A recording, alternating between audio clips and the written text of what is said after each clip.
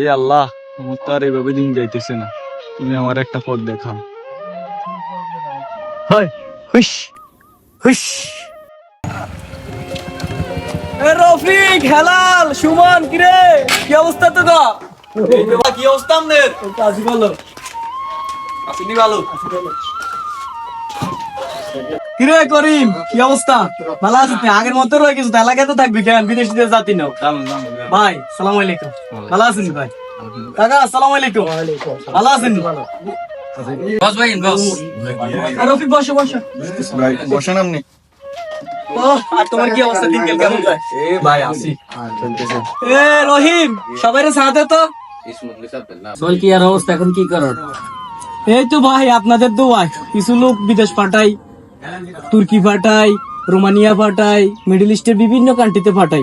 বর্তমানে একটা ওয়ে আছে আলবেনিয়া। ভাই যদি কোনো আশেপাশের লোক থাকে তাহলে জানাইন, অল্প টাকায় ভালো বেতন। ব্যবসা বাণিজ্যের কি অবস্থা, কেমন চলতেছে? আলহামদুলিল্লাহ ভাই, আপনাদের দোয়ায় এই তো গাড়ি কিনছি, জমি কিনছি, সবকিছু। ঢাকা ফ্ল্যাট আছে, বাড়ি আছে আমার। আলহামদুলিল্লাহ। যাইন, আপনারা তো যান না কেউ আমার ওইখানে যাইন, দেখবেন আমার অবস্থায়।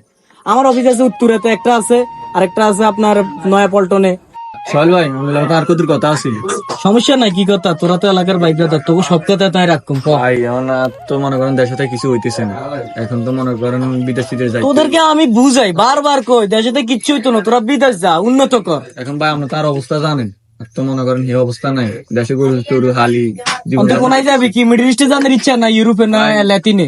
মিডল ইস্টে ভাই আত্মায় তো টিয়া নাই, বুঝেন। তাহলে কাতারের একটা বিষয় আছে, তুই তাইলে বাড়ির যে কথা ক, তোকে ব্যাকের লগে কথাবার্তি ক, কাতার একটা ভালো বিষয় আছে, তোরা পাঠাই দিই। কমের মধ্যে ভাই আনন্দ আনন্দ তার অবস্থা তো আছেন এলাকাতে আইন না কম। আচ্ছা সমস্যা না, আল্লাহ ভরসা। হ্যাঁ তুই আমার সাথে দেখা করিস, তো দেখা হইব।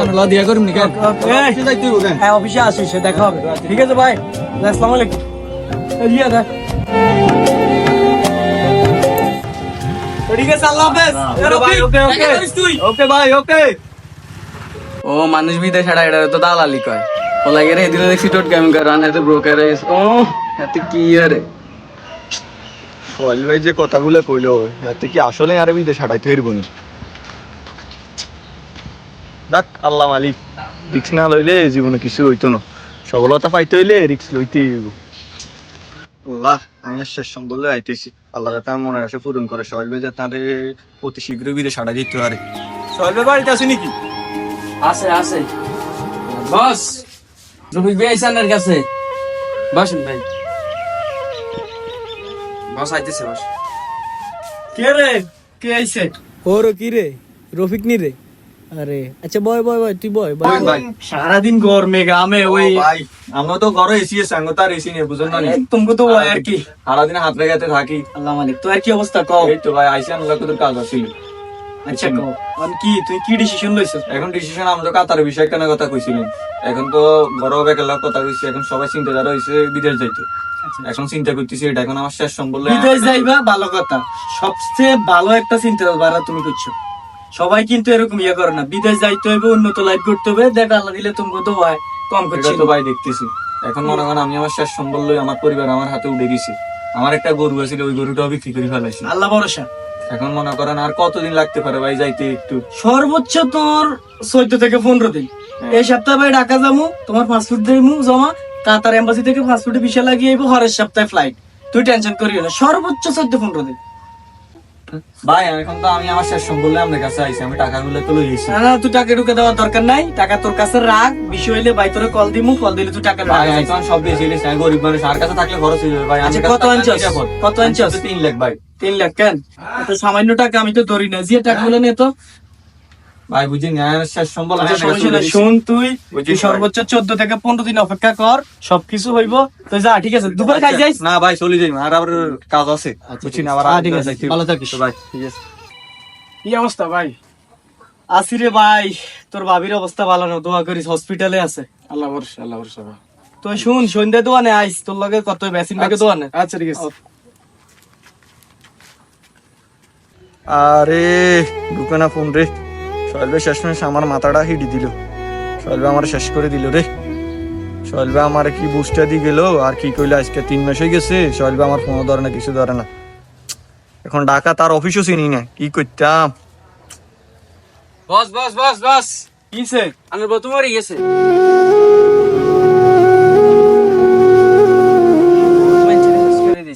যা মানছে টিয়া হয়েছে নিচে আরে আল্লাহ আল্লাহ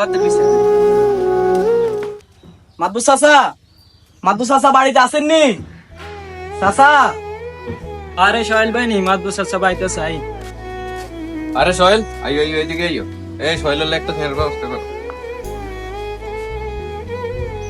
না মাদবু সাহেব সেল লাগতো নানার লগে দুইজন কথা কইতে মাইছি কথা কই চলি যাই শুনলাম তুমি নাকি ভালোই টাকা পয়সা বানাইছো সবার লোক দোয়াই হ্যাঁ গতি ভক্তি সরল লোক দোয়া করে দিয়ে মাদবু সাহেব মানুষ টানুষ নাকি বিদেশ পাঠাইতেছে সব কিছু আল্লাহর ইচ্ছে মাদবু সাহেব আর নগো দোয়া আমরা তো হইলে তো ভালো মাদবু সাহেব অন কথা কইতা মানে তো ঘটনা কেন শুনছেন নানগো বউ তো আল্লাহর ডাকে সাড়া দিয়ে চলে গেছে নাই এমনি একটা ভুল করে এলেছি এলাকার মধ্যে থাই রফিক মিয়া সরকার আরো অনেকেরই টাকা পয়সা নিছি এটা করে এক ব্যবস্থা করতে পারিনি আর এতে আমাকে বড় অসুস্থতার পিছনে অনেক টিয়া গেছে টিয়া বিকুলো ভাঙিয়ে লেছি এমনি এটা করে টিয়া পয়সা ব্যবস্থা করে দিতে পারি না নাই চিন্তা করতেছি আমি তুই তো জমি জিয়ান আইদেন লইছি অন জমিয়ান বেশি মানুষের টিয়া তো দিতে হবে এলাকার তো সবাই তো সবার লগে সিটিং বেশি করলে হইতো না এলাকার মানুষগুলোকে তো সিটিং বেশি করন যাইতো না অন আইসাই আন্নে জমিয়ান লোন এই এলাকাতে আন্নে ছাড়া আর প্রভাবশালী কেউ নাই আন্নে আর মাথাটা কেন যদি আপনার না আর খুব উপকার হয় ঠিক আছে তুমি জমি বেচবে মাদুর বানাইছো আমার একটা দায়িত্ব আছে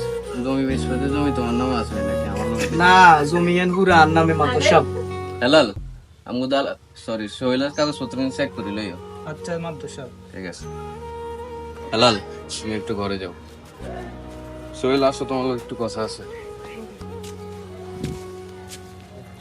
মানুষের লোক এতদিন যা করছো আল্লাহ তোমার সবই ঠিক ফিরিয়ে দিবে যদি ভালো কাজে আসতা তাহলে তোমার বই চিকিৎসার সময় টাকা পয়সা পাইতে মানুষ থেকে তো দেখ আল্লাহ তোমার অনেক হায়াত বুদ্ধি দিছে এখন যদি মানুষের কাজে আসো সব তো হারাইছে চিন্তা করে দেখো যদি সামনের দিকে ভালো হওয়া যায় কিনা নামাজ কালাম পড়ে হ্যাঁ ঠিক আছে মাত্র সব ভালো করে ঠিক আছে মাত্র সব আসি আসসালামু আলাইকুম ওকে যাও সোহেল এই নাও তোমার জমি বেচা টাকা হিসেব করলে পুরো টাকা আছে কিনা? সমস্যা নেই মাত্র সব আপনি এলাকার সবার পরিচিত ভালো মুখ আপনার থেকে আর হিসাব করে নেন লাগতো না আপনি যে এটা দিয়েছেন 1 টাকাও কম হইতো না কেউ ওই জগতে পিস সাহেব না তুমি পুরো টাকা হিসাব করলে বইনা নিও ঠিক আছে নাকি আর যা ইচ্ছে গুলো ভুলে যাও হ্যাঁ ইনশাআল্লাহ মাত্র মানুষের সব কাছে আমার সব চাইলে মাত্র সব আপনারা দোয়া করেন মাত্র সব দোয়া করেন যাও।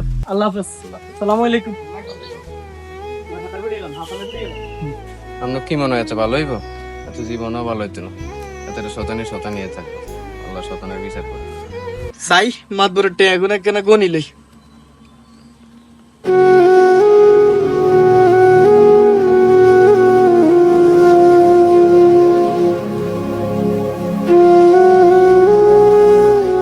আহারে আল্লাহ সোহেল এমন তো বুঝছো যে 7 দিন সবে হলে একদিন গিরস্তে দুনিয়াতে অনেক কিছু করছো মানুষের যা দিছ আল্লাহ তোমার তা আবার ফিরাই দিছে মাদর সাহেব আপনি সলমিয়ার কটি দিছেন রঞ্জু এদিকে আয়। আচ্ছা তুই ক আই লোক ভালো না খারাপ আমি তো আসলে যারুগে আরে বেডা জারগার লগে জারগামি করলে দোষের কিছু নেই ব্যথা পাইছস কথা পাইছি না মারছেন আপনি মাইর খাওয়ানো লাই তো টাকা পায় কিছু মনে করিস না এই ব্যাপারে এলাকায় কারো কিছু জানিস না হ্যাঁ?